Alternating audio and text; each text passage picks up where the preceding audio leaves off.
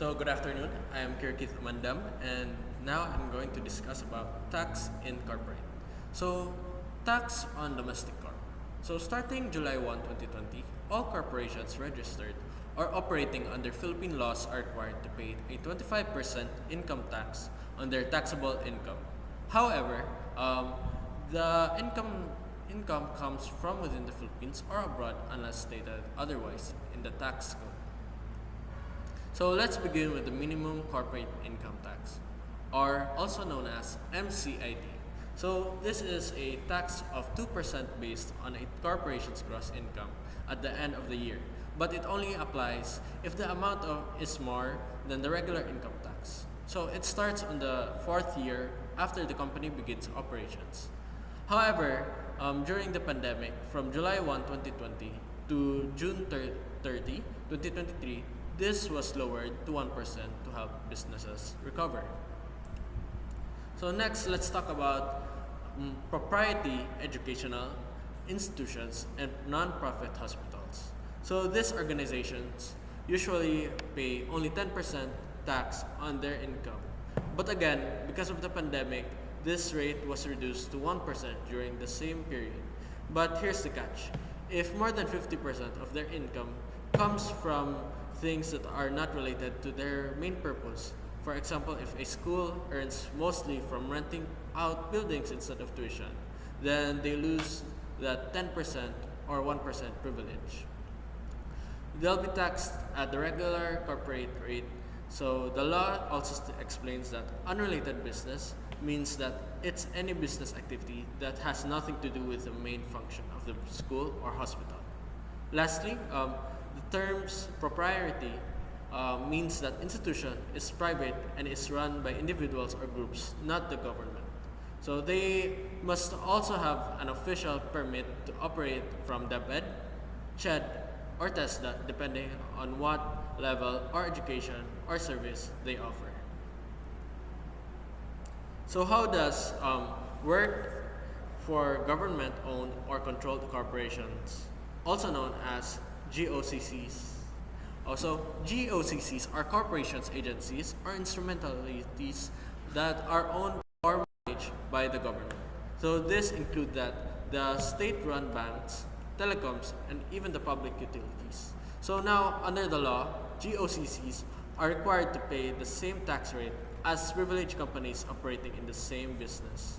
So if a GOCC is running a shipping company, it pays the same tax as a private shipping firm. But not all government agencies are required to pay a tax. GSIS, SSS, and PhilHealth and local water districts are exempt. So these are institutions provide essential social services to the public.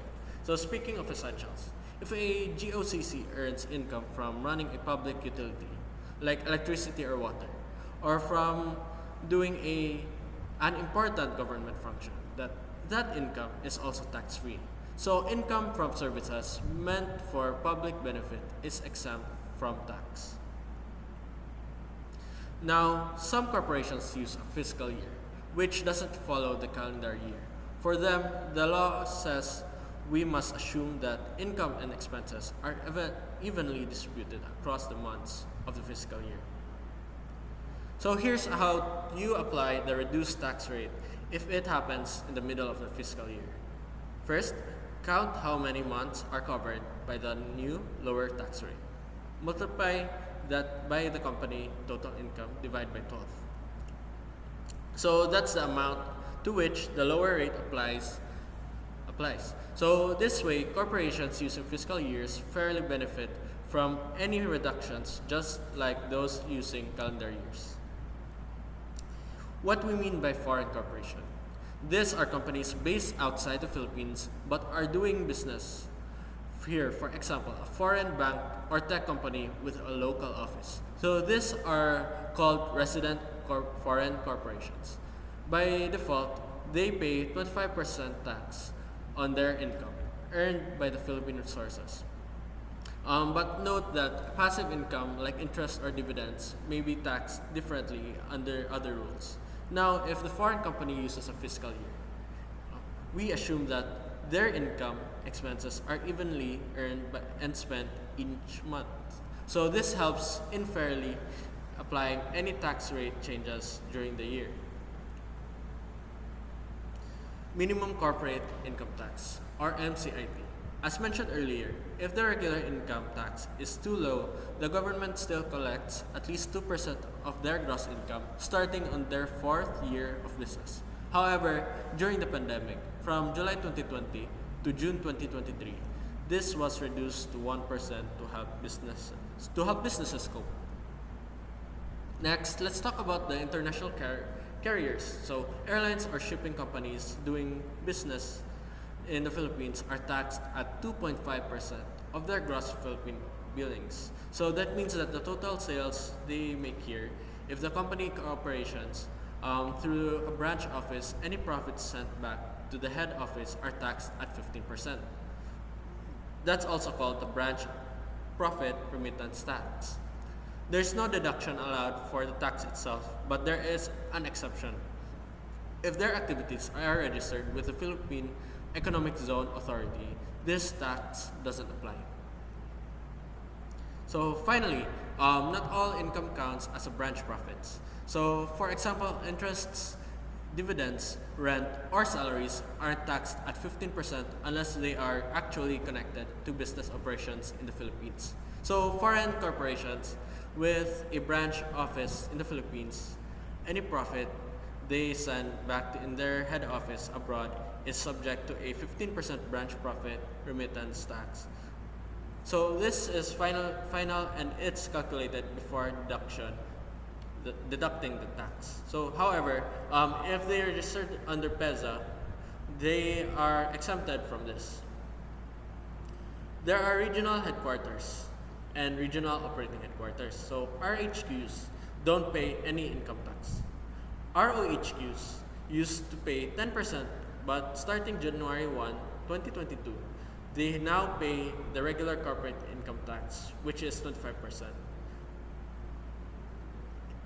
For non-resident foreign corporations, these are companies not engaged in trade or business in the Philippines, but they still earn income here.